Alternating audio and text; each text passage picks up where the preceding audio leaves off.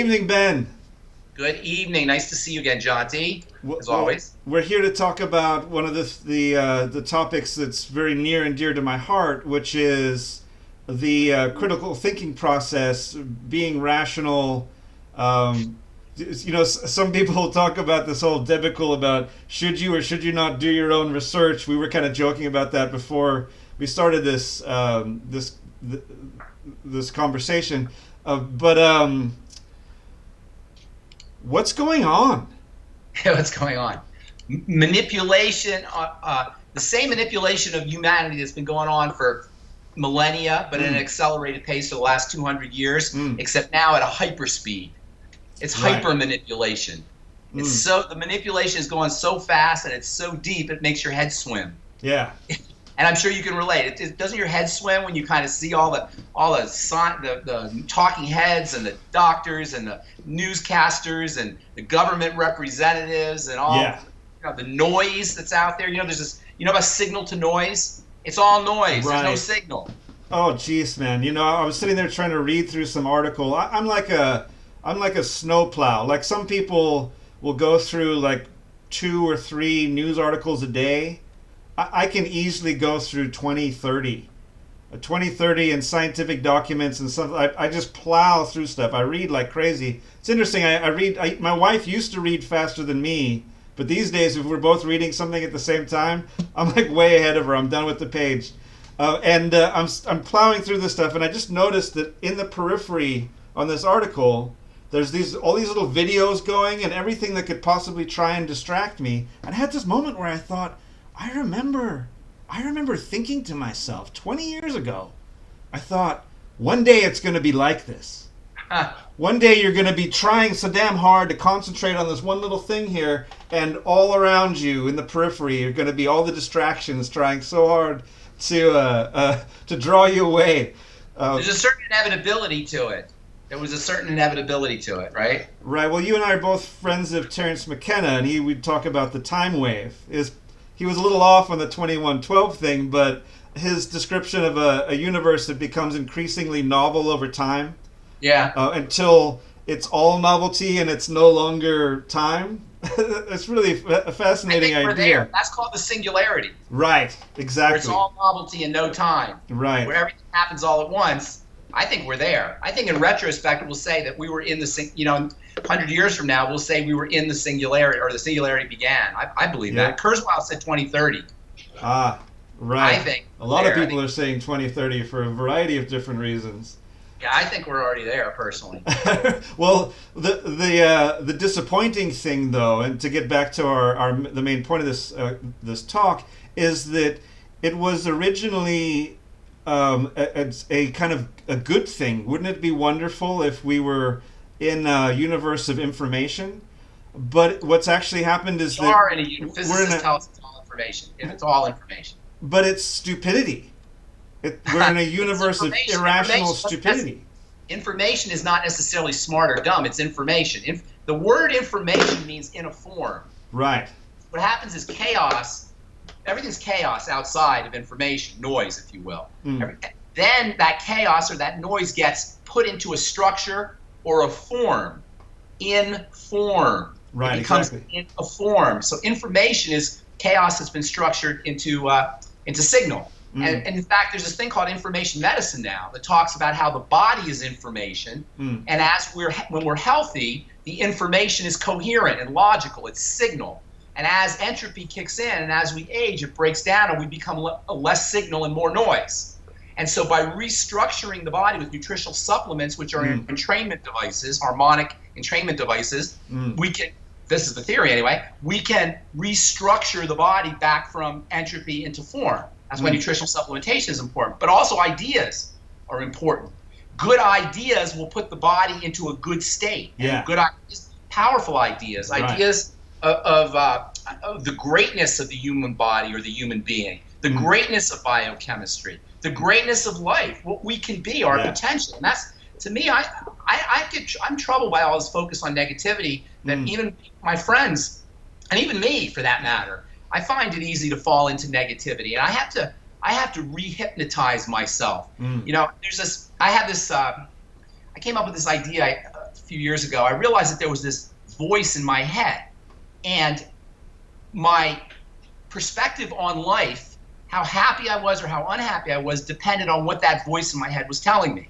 And I called that voice in my head Harry the hypnotist. Harry was hypnotizing me by repeating the scenes over and over again. So what I realized was there's a magical cure for anxiety, a magical cure for fear, a magical cure for insomnia, a magical cure for angst. It's not even magical, it's a hypnotic cure. It's a programming cure. There's a really cool book called it's called Program or Be Programmed by Douglas Rushkoff. Program or Be Programmed. And it's all the idea that if you don't program yourself, you're going to be programmed by the culture, by the power structure, by the institution, in this case the state, that wants you to think a certain way. So program or be programmed means program yourself. Use Harry the hypnotist to your advantage.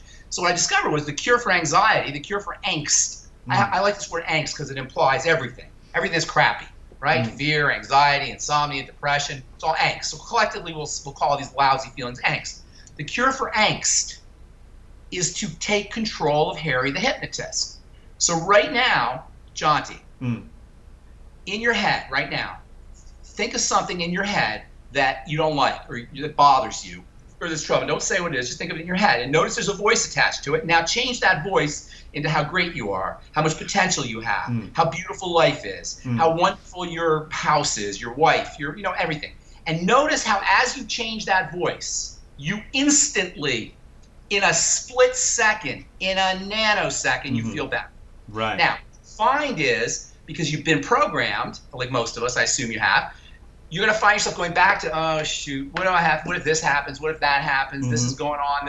You'll go back to it because there's a gravitational pull from the programming. So you have to do it over and over again. This is what programming is. It's repetition over and over and over again. But over time, what you'll find is every time you think about how crappy something is and you go into angst, that will cue you into changing the voice, owning the voice, so that the voice becomes empowering. And this is no more psychotherapy, no more drugs, no more prescription psychiatric meds, no more antidepressants, no more strategies for dealing with bad childhoods. All you have to do is change the voice. Yeah.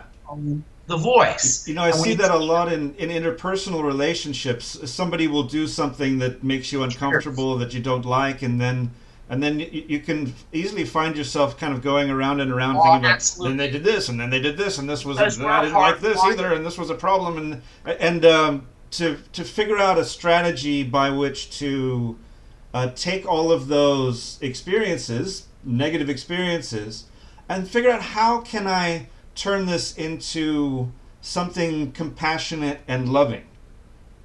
Our brain is hardwired to see lions. Negative bias, it's called. Lions are a survival threat. The beautiful home you have and your kids and your clothes and your money in your bank and all the good stuff, that's not a survival threat. Your brain doesn't care about that. It is hardwired to see survival threats. So you have to override that hardwiring volitionally with your prefrontal cortex.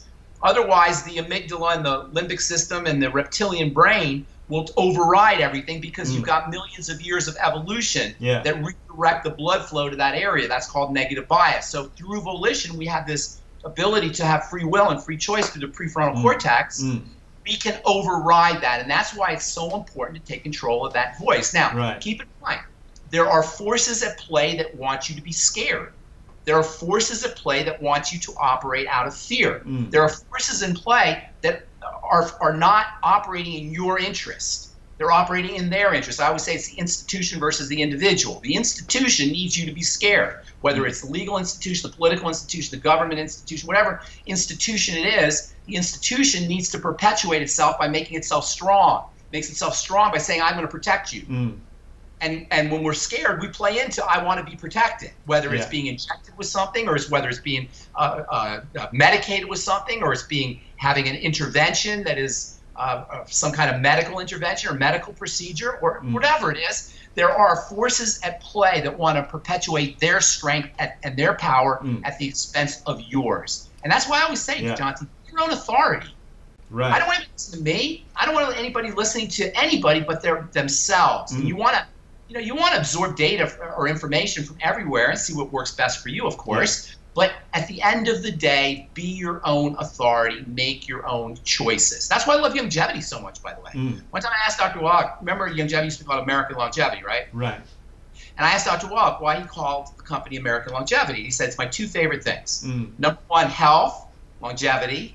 And number two, America. America represented freedom, independence, being your own authority, doing what you wanted to do. Now, he started American Longevity 30, 40 years ago. And today, unfortunately, we've got a population that has been, been born and bred into not being your own authority, into being taken care of, into having medical representatives tell you what you need to do, not just for your health, but for your life. The nanny state, the idea that you got to buckle up or you get a ticket. That's where I first started noticing it, where they mandate things that you have to do in your life that should be your own personal decisions because it's good for you.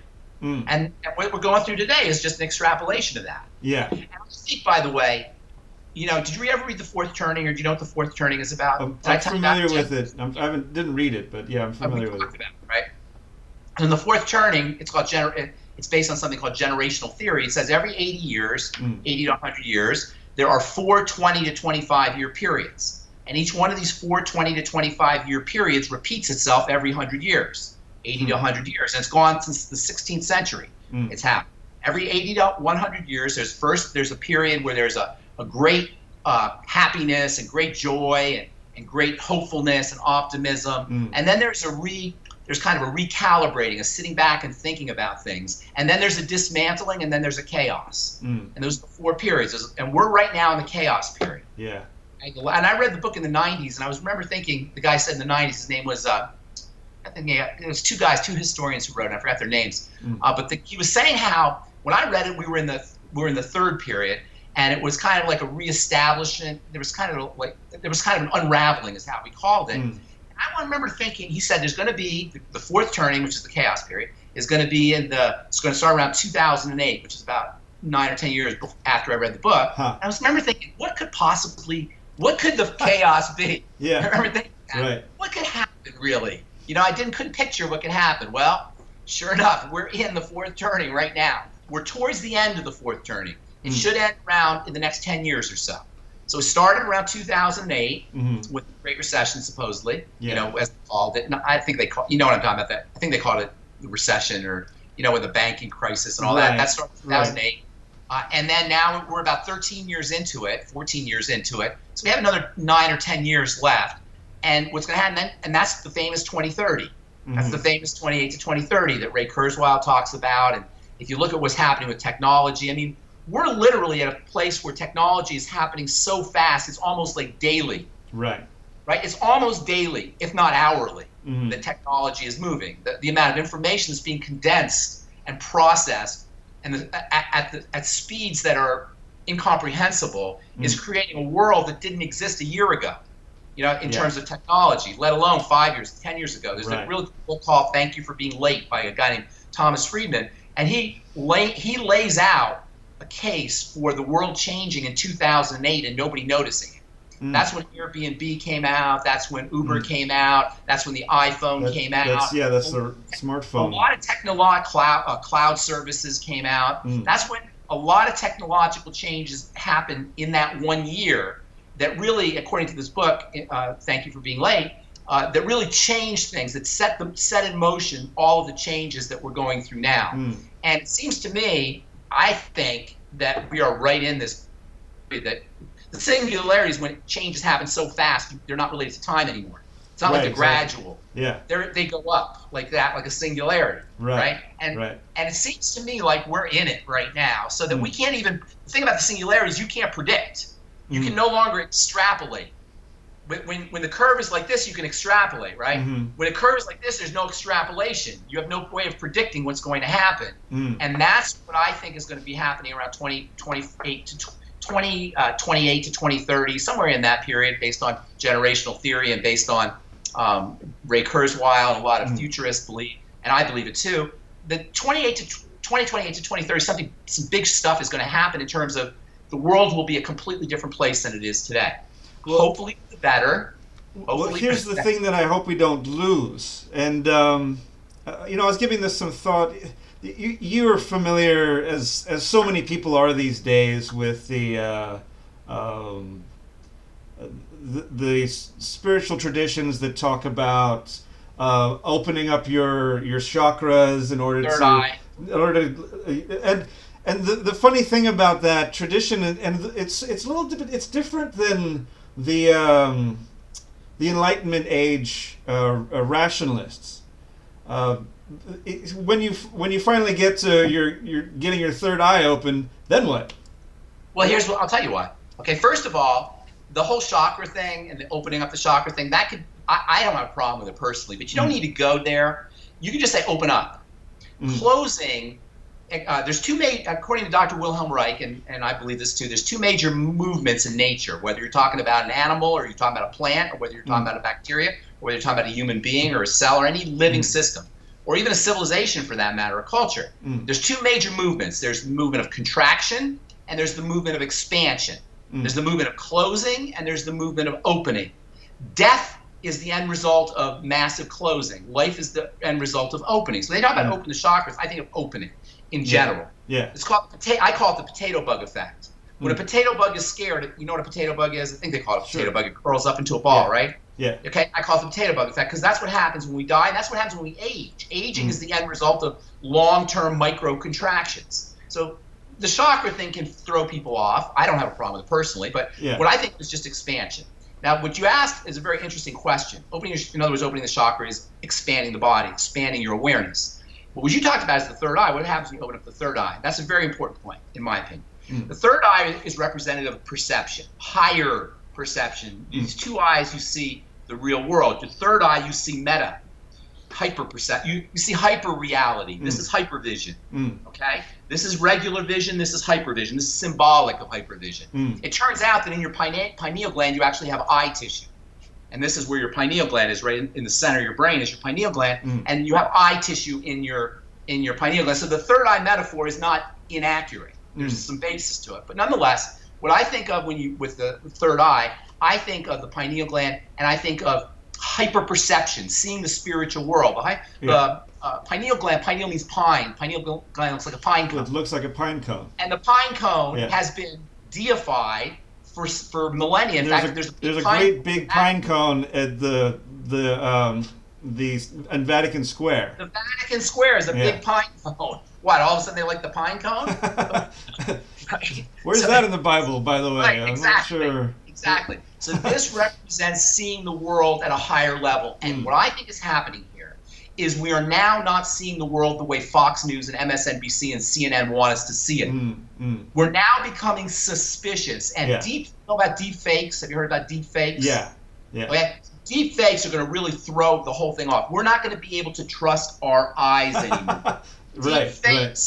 Deep fakes have changed our ability to perceive, have diminished the value of seeing with your two eyes. They used to say, I'll see it, I'll believe when I see it. You can no longer do that with deep fakes. You have to open your third eye, and what's happening is we're going to develop spiritual discretion, discernment. And that's what's going to happen. We're going to be able to interpret information at a higher level. We're going to have to. Interpret information with our eyes. We're going to interpret information with our higher eyes, with our higher senses. And that's what this is forcing us to do, to sense information with our extrasensory perception, to sense information not with our five senses, but with our sixth and higher senses. Well, one of the things that I see in the world is that there are, given our present circumstances and the various challenges, there are some angry people. And there are people who have a lot of angst, and then some, towards others that are or are not doing the thing that they need to be doing. And I feel like a part of what's going on here is that we're actually dealing with the emotional and intellectual trauma of being in an irrational world. We're seeing policies and politics and behaviors that are not making sense. It doesn't actually all make sense, and because it doesn't make sense, instead of It's very difficult to say, well, look, this is exactly why this doesn't make sense. That takes a unique individual. Well, it makes sense to the people that are putting the policies in place. It makes sense because it's entrenching them and entrenching their power. It doesn't make sense to the individuals because you're saying that's not in my interest. Why are we doing that? But it does make sense to some people, to the people who are benefiting from it. But here's the thing, Jonty. The word government comes from gouverner, the French, which means to control. Okay? A governor in your car or a government in an engineering system controls the flow of things, right? Right. So a government is there to control. Why do we need control? It's because people don't behave. Because people don't follow the basic tenets of love God, love your neighbor. Because people have been bred to believe that they're animals. They've been bred to believe that they're little more than animals, and in fairness, a lot of them are. We violate basic tenets of morality, and the basic tenets of biblical wisdom, if you will. I don't like saying biblical necessarily because it's just being a good person. Certainly predates the Bible. As you know, I'm very into sort of esoteric texts and things like that. Jesus says, love God, love your neighbor. Yeah. Then he says something very interesting. He says, this is the whole of the law. In other words, you don't need a bunch of rules. You don't need a bunch of policy. You don't need a tax code that's this big or a Patriot Act that nobody reads or government bills, this $1 trillion bill or they're arguing about should it be $4 trillion or should it be $2 trillion. Do you know how much pork is in there? Do you know how much regulation is in there? There's a bill in there that says that the IRS can now, there's a provision in there that says that the IRS can now, monitor your bank account and tell you, see what kind of money's coming in and coming out. There's a nonprofit that rates the corruption of various different countries. Yeah. And the United States rates very low, but I always kind of laugh. It's not because we don't have corruption. It's because the corruption is legal. It's part of our system. That's good. Because the corruption's codified. Well, this whole thing with the injection, right? Does anybody realize how many lobbyists for Moderna and Pfizer and Johnson & Johnson and there's 2 or 3 medical lobbyists for every member of Congress. Well, we've got Scott Gottlieb, who used to be the head of the FDA. He's now on the board of Pfizer, and he's on TV every night telling you how excited that they all are to be, giving this thing to 5 to 11-year-olds and populations that are they're already immune to it. But it's not logical, like you say, at our level, at our little guy level. It's not logical, but to him it's logical. Right. To him it's perfectly logical. He's living a great life from that. Look, Ben, the thing that I really love in the religious traditions is the idea that we are made in the image of God, and in that concept, I believe that our the way that we behave in the image of God, as opposed to as a sort of base or lesser species, is to exercise our rationality. This is what the founding fathers were all about, and the Enlightenment era was all about. It was about using your rational mind in order to affect the world in a meaningful way, in a caring, compassionate, loving way. That was the Enlightenment, and that came after the age of superstition, where they said if you were sick, it was because a little elf shot an arrow in you or something.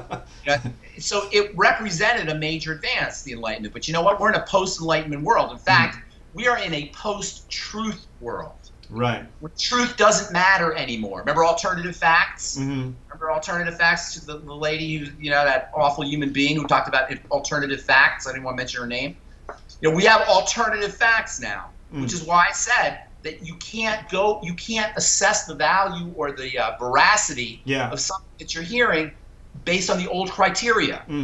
The scientific method, where you hypothesize and then you experiment and you come up with data, that has to be taken up one level to the scientific, using information, using data that's coming in through your spiritual senses. You have to assess information spiritually now at a higher level, at a hyper level, at a meta level, and that's what this is forcing us to do. That's what all this stuff is forcing us to do. Our old authorities are no longer can no longer be trusted.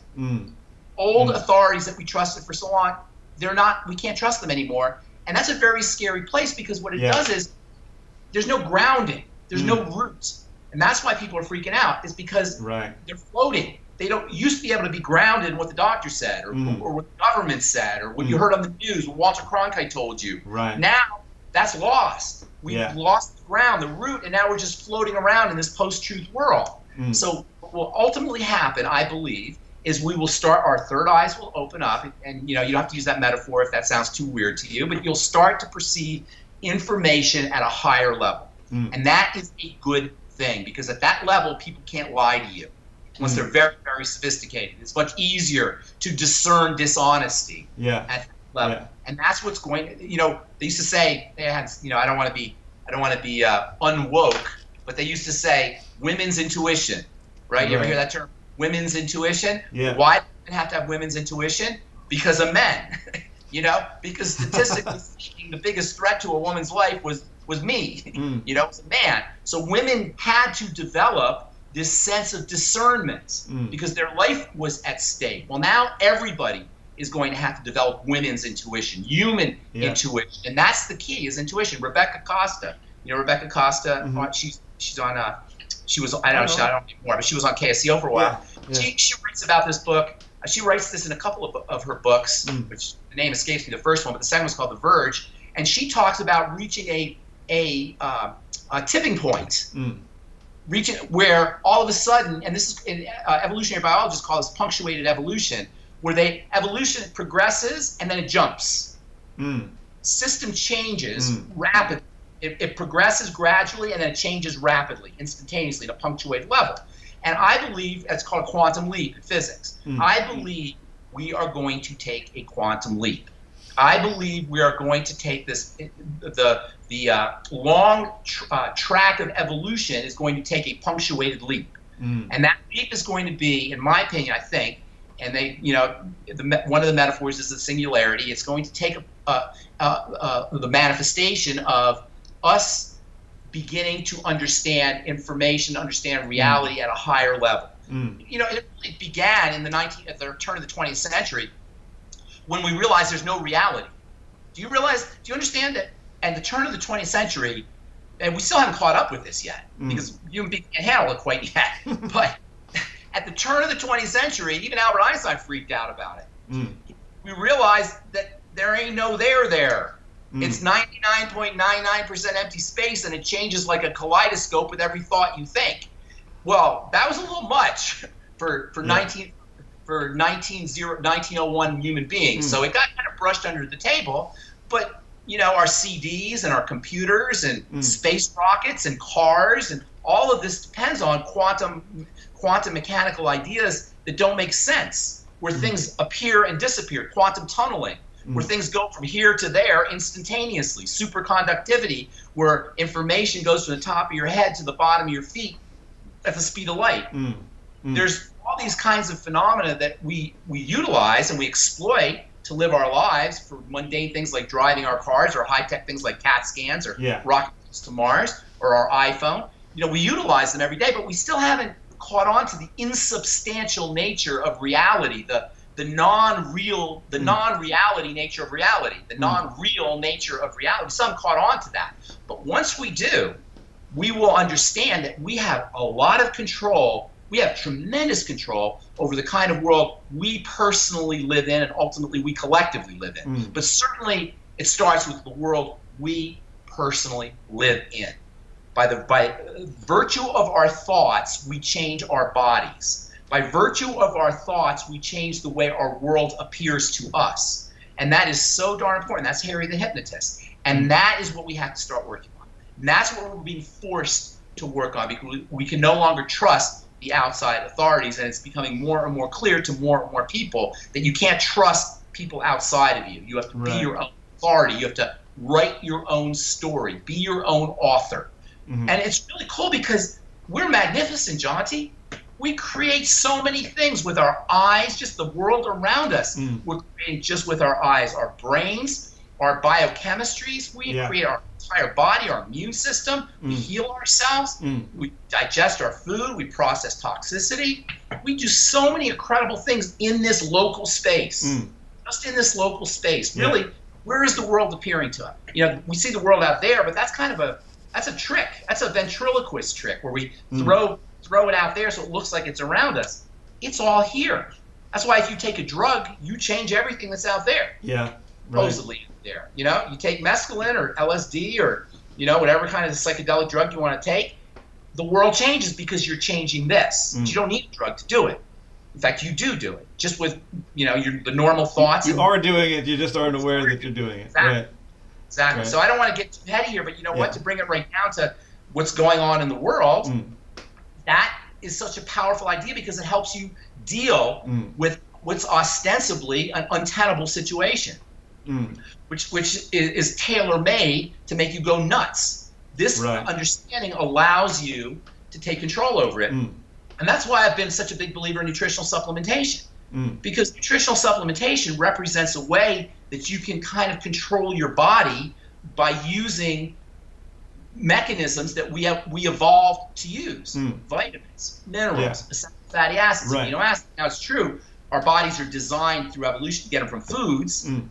You can't really do that anymore. So the next best thing is to try to get them through creative and intelligent and strategic supplementation. If you're in a room with somebody who is in an awfully bad mood and they're extremely angry, it's going to be uncomfortable and difficult to be with them. If you're in a culture that's full of whatever nefarious characteristics that you can imagine, it's going to be difficult to feel good and happy. But the exact same metaphor applies to of what we're putting into our bodies. If you're putting things into your body that are essentially angry, if you're putting angry things in your mouth all day long, it's going to be very difficult to have a physical a feeling of well-being. Yes, absolutely. Angry, distressed, fear, you know, the way we treat animals before we eat them, all of that, not to mention processed and ultra-processed food. You know, ultra-processed food's bad enough, right? It's food that's been manipulated and tweaked. Now they have ultra-processed food, which is made from processed food. And soon they're going to have food that's made from who knows what, you know? Processed food is one level removed from food. Yeah. Ultra-processed food is another level removed from food. And that's what, you know, 60 to 70, up to 80%, some people say, of the food we eat is ultra-processed. You know, I told you before we went on, I was telling you about how I was at the airport. I had flown for a while, and I flew for the first time in a year and a half, a couple weeks ago. And I couldn't believe how long the line was for people to get their Egg McMuffins. Right. You know, I was there in the morning. It was breakfast. It was like 6, 7 o'clock. The line went around. It went through the concourse. It went through the concourse from McDonald's to the terminal, around the concourse, and back to McDonald's. Yeah. It was like hundreds of people lining up to get. And that goes right back to that whole concept of being in an irrational circumstance and dealing with the psychological trauma of trying to deal with a culture that's saying things to you that are patently doesn't fit. Every time you look at the TV, they're like, we are putting this circle inside this square. We're putting the circle in the square, and you have to put the circle in the square too. I mean, we know that things like vitamin D and good health and all this sort of stuff are going to absolutely take care of you. They're extremely effective. They always have been, and it's rational, and it makes sense. You know, there's an old joke where a guy comes into his house and his wife is fooling around with somebody, and he looks at it, and then the guy says, "What are you looking at?" He says, "You're fooling around my wife." He says, "No, I'm not. Who are you going to believe, me or your lying eyes?" Oh. There's actually a pretty funny Scottish song about this guy who comes home drunk and keeps finding these shoes, and his wife tells him something different every time. Very, very similar. Ben, have you ever seen someone die? Yes, my dad. It was really cool. It was a great experience. I held his hand while he died. He was the only person I've ever seen die. But I worked on dead bodies in pharmacy school. We had to work on dead bodies. So I've seen the body. But it was very interesting to see my dad die. I will say that. It was a very beautiful experience. And I become very fascinated with death. Yeah. Really, I read a lot of books on it. I watch a lot of YouTube videos on near death. I shouldn't say death, but near death experiences. And I've had a near death experience. And they're really, I really encourage anybody who is feeling frustrated or feeling like, you know, out of sorts, angst, as we said. to really watch near-death experience videos, what people say when they come back from, they actually get a hyper view of reality.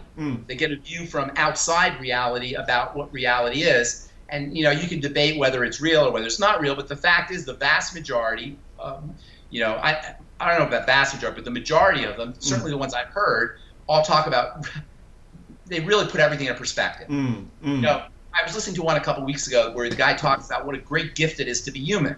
And I thought to myself, and he said, there's not a lot of human, and I don't know where he gets his facts, and you can debate them, but the idea is pretty cool in that it really is great to be in a human body. So no matter how bad your life is, Jonty, or how bad the world is, or all the trust stuff that's going on in the world, and how frustrating it can be, if somebody put a gun to your head right now, it's, Jonty, I'm going to kill you. Wouldn't you beg for your life?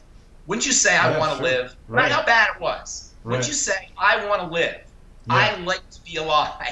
No matter how bad it was. There are some people kill themselves, obviously, but most people would fight for their life, would argue with a guy with a gun or beg a guy with a gun not to kill them, because we intuitively know this is kind of fun here. We get to create, we get to play, we get to have an amusement park ride. Yes, oh my God, there's terrible things, and people go broke, and they have diseases, and there's government intrusions, and people, there's all these horrible things, but at the same time, we love horror movies with saws hacking people up, I don't. I don't either, but, as a culture, we do. We love Halloween, we have death, and you have blood and skulls, and, there's some kind of, we like amusement parks, we like the fear of, experiencing the fear of death when you drop down in a roller coaster, or you get thrown around in one of those centrifugal force twister things. We enjoy the adrenaline of the drama. We can have a drama-free world, but there's an element of us that gets off on the drama, and we have to own that, and we have to accept that. And if we own it and we accept it, we can say, well, maybe I don't want the drama. Maybe I want to have a drama-free life. Personally, I like a drama-free life. I do better work when I'm drama-free. But I made my life mean something aside from drama. I made my life mean helping people. I made my life mean I can make a difference in the world. I made my life mean I could be a great person. I could work on myself and be great. Other people, maybe they haven't come up with meaning, so they make their life by having drama. And you and I both know people like that who create drama in their life, right? Who don't have the best life ever, really, from the outside, but inside, oh, woe is me, I got all these problems, and people are suing me, and this and that, and the other thing. There's like an attempt to have experience. Yes. I had a girlfriend a long time ago who suffered. Say again? I had a girlfriend a long time ago who had suffered some pretty significant abuse. And I remember her saying, we have to put music on. If we don't have music on, then I'll start to think about things. She wanted to be perpetually distracted. I see. And I'm the exact antithesis of that. You want to get into it. I want to go as deep down into the nature of existing You're rare. as I possibly can. Well, I was just born that way. I mean, all my life I've been like that. Weird kid, That's rare. That's rare. But Ben, the reason why I mention death is to me, it's actually a miracle. Everyone's a miracle of birth, right? There's a new baby is born, and it's a miracle of birth. Death is a miracle, man. That's amazing. There's someone there, and then they're not. Stop. Hold on to that thought. I love that idea. There's someone there, and there's not. Let's sit with that for a second. What is that thing that goes? And what is that thing that is there? After I saw my dad die, I started to look at people differently.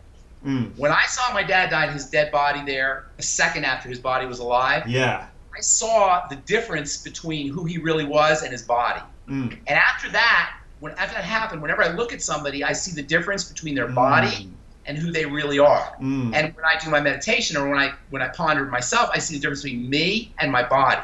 Most of us collapse those two things. We are our bodies. We become our bodies. But there's an element of us that is transcendent to the body, and that part never dies. And that part is always there. It was there when I was 5 years old. It's there when I'm 60 years old. It's been running throughout my life. I've always known that thing was there. That thing's always talked to me. It's always communicated to me. It's always perceived the world. You could call it Harry the hypnotist. That's who we really are. And that's what death really says. That's what death is really. That when you say the miracle of death, there's somebody there and then there's somebody not. We want to sit with what that thing is that's there and then that's not. Yeah. Because that's who we truly are. Right. That perceiver. Well, let's bring the scientists. Let's get everyone together and look at that, because you can't do it scientifically. You can do it through meditation, but you can't assess it. You can't measure it, because measure comes from the word matter. Measure and when we measure something, we assess the matter nature of something. This is immaterial. This thing that we're talking about doesn't have you can't measure it. Well, my intention in saying that is to point out that we're trying to live in a consistent, rational world. And one of the things that's transrational. One of the things that's absent in our contemporary culture so much of the time is the fact of the miracle of life, of existing. Yes. The reason is because facts and miracles are two opposite things. A miracle is trans fact.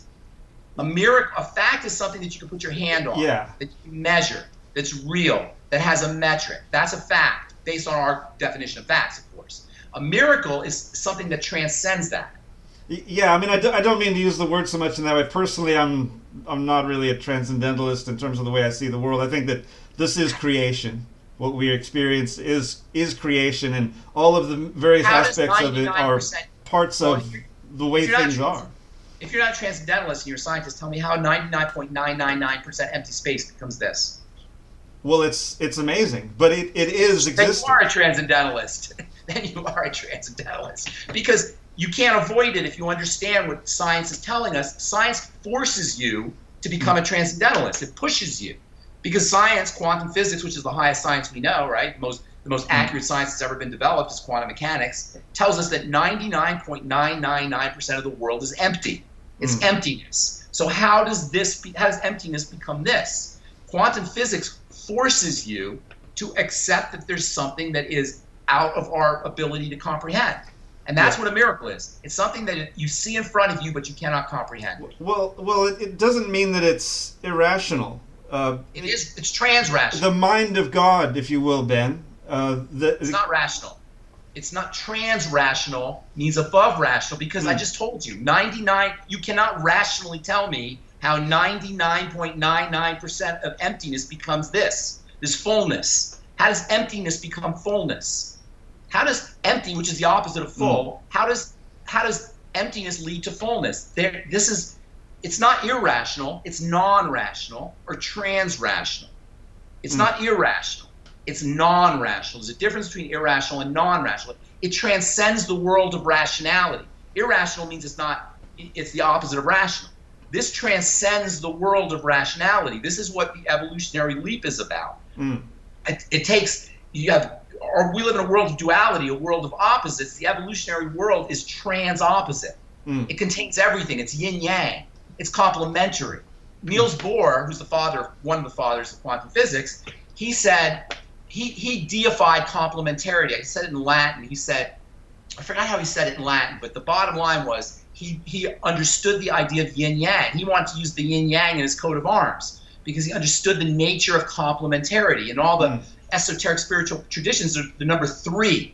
The number 3 is deified. The number 3 is honored as a magical number in Christianity and Freemasonry and Rosicrucianism, all in Tarot, and all of the esoteric religions. 3 is honored. Why? Because 3 is the two opposites and one transcendent. 3 is the two opposites and then one above it. In the old ancient temples, they used to have a column in the doorways. They'd have a column here, a column here, and a column here.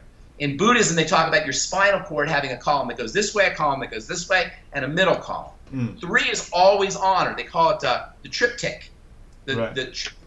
In art, it's called the triptych, or in architecture, it's called the triptych. And this is the idea that 2 becomes a third. It blends into 1. The yin-yang is the third. It's a transcendent element. I don't know how, this is kind of esoteric, but I think it's kind of cool to talk about this stuff because that's how we want to start to live our lives. We want to live our lives esoterically, spiritually, transcendentally. MSNBC and Fox News don't want you to do that. Right. Well, I was watching They want you to live in this duality world where it's fear, it's fear or life, or it's life or death, or it's fear or not fear, if you will. My wife and I watched a movie the other night that's a sort of historical drama documentary, and it's before the Battle of Agincourt. Henry V is giving the speech to his soldiers, and he says something along the lines of, you could die of old age someday, far from now, or you could die today. You're going to die no matter what. Do you want to die in a meaningful way, or do you want to die having protected yourself? Do you want to be safe, or do you want to be alive? And I imagine, Ben, that if you were to speak to a person in their 70s or 80s, 100 years ago or more, and you would say to them, should we shut down the entire society and close all the schools in order to protect you? They would say, oh, hell no. What are you, crazy? No.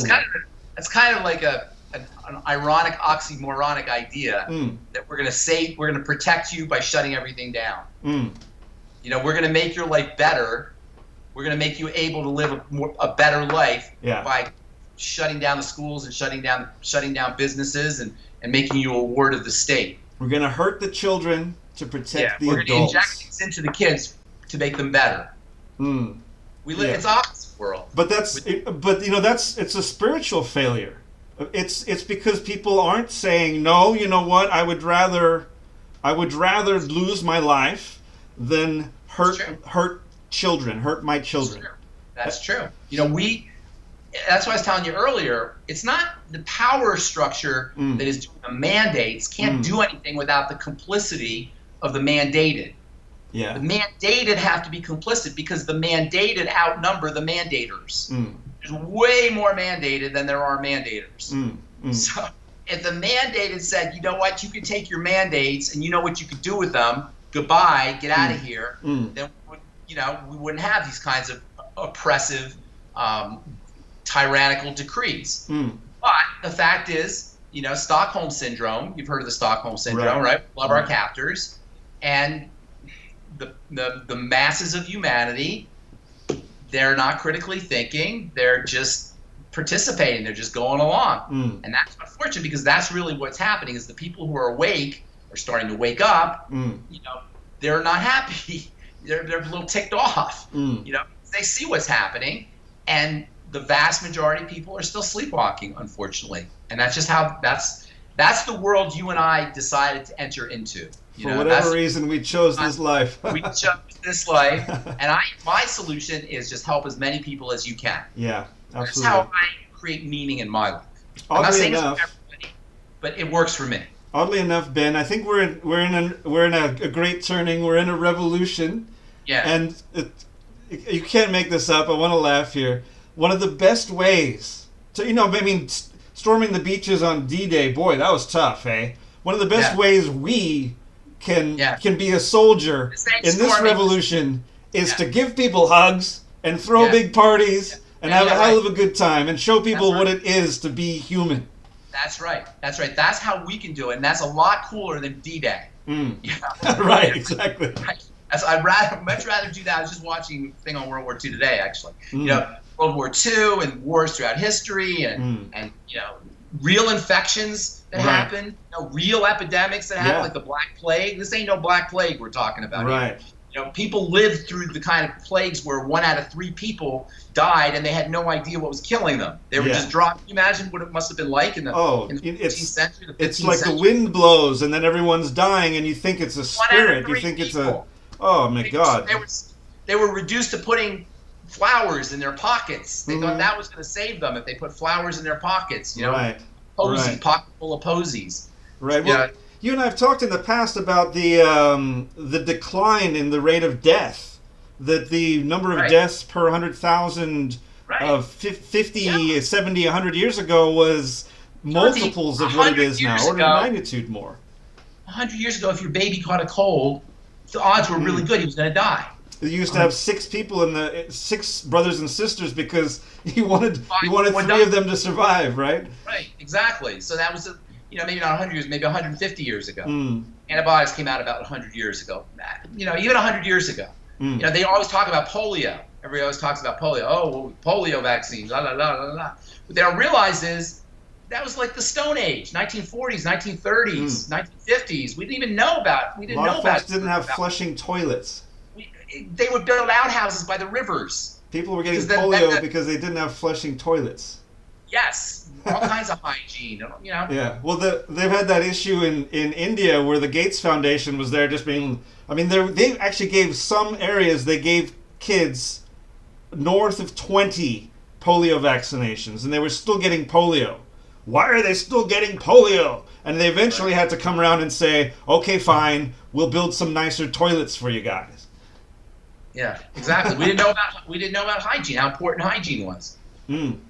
Up until there were in the South, there were outhouses built by rivers, so that the rivers could transport the waste, or they could eliminate the waste in the rivers. Right. They would use the waterways to dump their excrement in. Throughout history, up until the 1940s, 1930s, that's where they used the water for. That was what water was for. That's what running water river water, flowing water was for to get rid of your waste. Right. The Thames, notoriously in London, it used to pile up with waste, human excrement. I don't want to be gross. Yeah. There's so much human excrement that they used to have little kids that would go out in the human excrement in the Thames River and look for little nickels and trinkets that got caught in the waste. They call them nightingales. And they were the little kids who would go out at night and go through the waste and pick out the little trinkets. And we lived in a world that was so filthy and so polluted up until even today. What do I mean up until? But in London in the Victorian age, you have Charles Dickens and all that stuff, and the chimney sweeps climbing through the tar and the soot, and the chimneys all black, and there were whole cities. They actually thought it was like godly and divine, these factories, because they were so big and they were so massive and they were belching so much fire and fumes and smoke, and it looked godly to them. They actually deified all these things because they thought it was some kind of sign that human beings were so great and magnificent that they could make these factories. There were whole cities that were black because of all the stuff that was spewed out into the air. And that's probably still happening in China. Wuhan is one of the most toxic cities in the world, or was one of the most toxic cities in the world. Respiratory toxicity in Wuhan was notorious, even before all this happened. When I was in Beijing in '98, the sun would rise at about 11 and it would set at about 3:30. Not because of the time of year, not because of the hills, because of the smog. You could only see the sun at about a 45-degree arc. Right. Or India, a lot of things that we don't want to make here in the United States because they produce too much waste, too waste intensive. They're produced in India or in third world countries or in China. That's why China is such an industrial giant. That's why chemicals come from China. To make chemicals requires a lot of pollution. It requires a lot of pollution in, and it requires a lot of pollution out. A lot of toxic material goes in to making chemicals, and a lot of toxic material goes out as waste. And that's in China. They don't care about that as much. So that's why they produce them in China, and they don't produce them here. Here it costs too much money. They don't want to have them. Here we would do it here in an environmentally regulated way. So in order to for us to sit around and say, look how clean we are, look how much we've reduced our greenhouse gases, but all we've done is we've shifted the manufacturing somewhere where they don't give a darn about any of that, and they're using only coal. So but that's geopolitics. We're we're not so clean here. Things aren't so pure and clean here. They got big problems in Florida and in Chicago and in Illinois, Gary, Indiana, and all kinds of toxicity still here, and not to mention coal mining and all the stuff that comes out from fracking, and there's all kinds of crap that goes on environmentally here. So we don't have no pun intended, clean hands when it comes to how we take care of our environment, but it's nothing like in third world countries. And that's like you say, because we farm everything out. So long story short, Jonty, take care of your own business. Take care of your mental business, your emotional business, your spiritual business, and your physical business. Right. You don't need an Egg McMuffin. We don't need 3,000 calories a day. I'm not judging anybody for what they eat. I'm not judging anybody for the amount they eat. I'm saying these are places where we can work to make ourselves better. Psychologically, we can make ourselves better by reading, by becoming critical thinkers, by participating in our decision making and not being just following orders, by being our own authorities.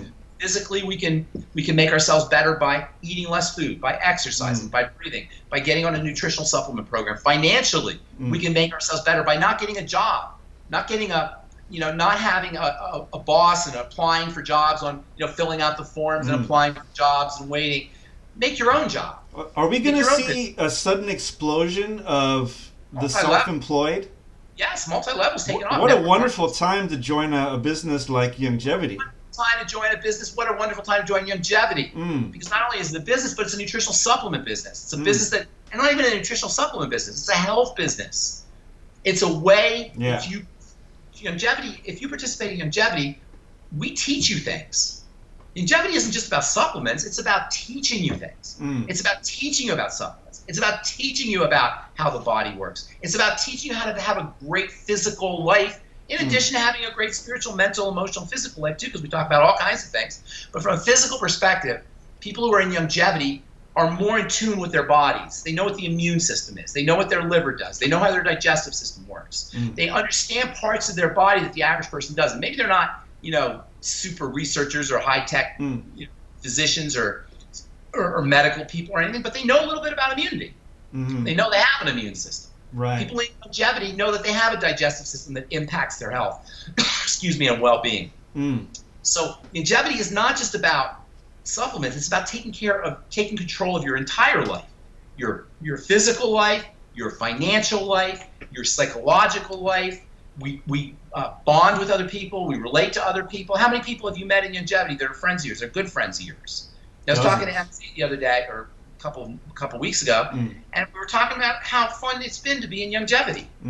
How much fun it is to be in a community of like-minded people. And then you hear, multi-level, I don't like multi-level, I don't like network marketing. What are you talking about? Yeah. All you do is you help other people with their nutrition. They buy your stuff, and you make money, and then they help other people. They buy your stuff, and they help.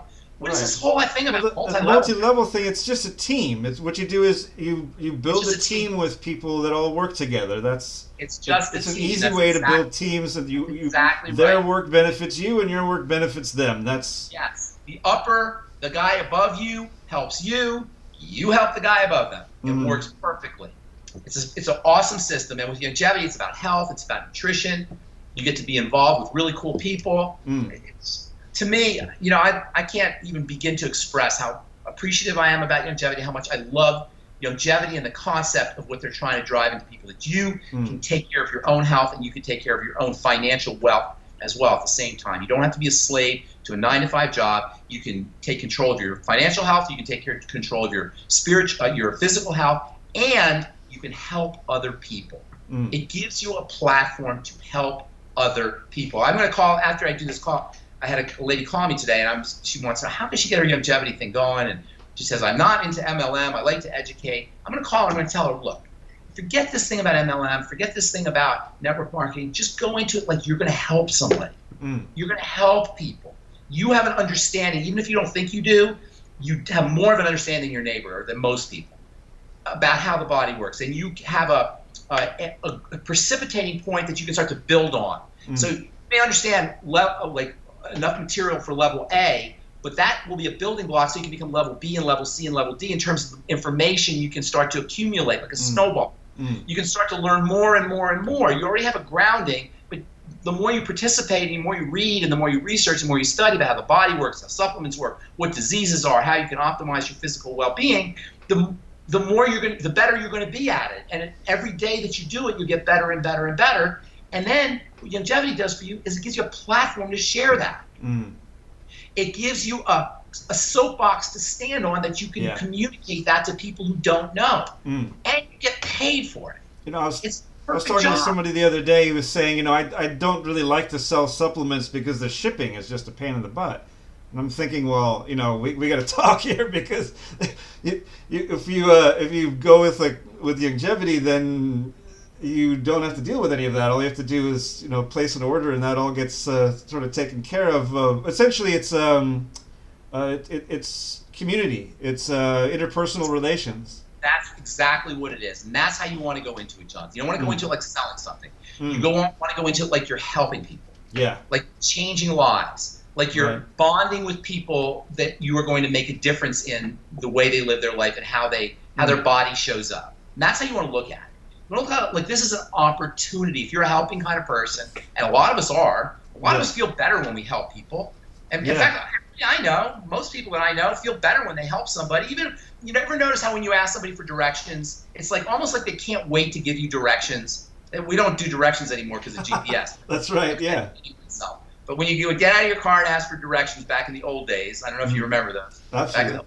When you get out of your car to ask for directions, it was almost like people wanted to give you directions. Mm-hmm. They wanted to help you. It's like we enjoy helping people if we're healthy. Most people. I don't know if everybody, but most people enjoy helping people.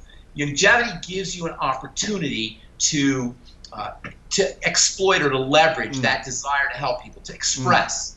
It's a better word, to express that desire to help people, but you're helping people at the most fundamental level there is, not to help them get to the gas station or to get to another city, to help them at the most basic and fundamental level there is, which is the level of good physical health and well-being. That's what Youngevity does. And that's how you want to approach it. Not I'm selling Beyond Tangy Tangerine and I got to sell this many and got to get this many in my downline, blah, blah, blah. How many people can I help today? Right. How many people can I love today? How many people can I support today? How many people can I help have a better, improve their quality of life, or enhance their quality of life today? And that's not only a way to have a great Youngevity business. That's a way to have a great life. Right. How many people can I help today? You know, when you go to bed at night, can you look in the mirror and smile and say, you know what? I made the world a better place today. The world is better because of what happened, what I did today. And Youngevity allows you to express that maximally. I can make the world a better place today by helping people understand how to deal with their health challenges, their cancer, their autoimmunity disease, their digestive problems, their insomnia. I can help people understand that. Not sell them products.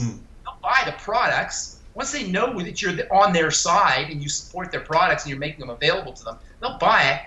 Go into it like, how am I going to make a positive difference in that person's world? My friend Tom Schnoff, I don't know if you know Tom. Yeah. He calls it BLT. You want to help people belong, you want to help people feel loved, and you want to help people trust. BLT. People want to belong to something, they want to love, and they want to trust. So what you want to do is you want to form a community so everybody belongs, so there's no outsiders in it. You want to give love and allow love to be given back to you, and you want to be in a world where people can trust you and you can trust them. You want to create an environment where there's belonging, where there's love, and where there's trust. And it requires a certain amount of craft work. You have to craft it. You have to shape it. But if you can create an environment where there's belonging, where there's love, and there's trust, and that environment involves your business goals, you're going to have the coolest business, the most fun business, the most successful business. You're going to be rewarded on all levels with the business. Belonging, love, and trust. I add a fourth one, understanding. People want to belong, they want to be loved, they want to love, they want to trust, they want to be trusted, and they want to be understood. Those are the four elements that I see: belonging, love, trust, and understanding. And you want to form a community. If you can form a community where that's everywhere, people belong, they love, they trust, and they're understood, you will have the most ideal community no matter what that community is, and it's going to be successful no matter what that community is. And if it's a business community, it's going to be the ultimate. You can't have a more successful business community than one that is flooded or immersed or saturated with belonging, love, trust, and understanding. All right? Fantastic. I got a bullet. I got phone calls to make. I got all kinds of stuff. Yeah, well, that was a lot of fun. That was fun. It's always fun to talk to you, Jonty. Yeah, I really appreciate it, man.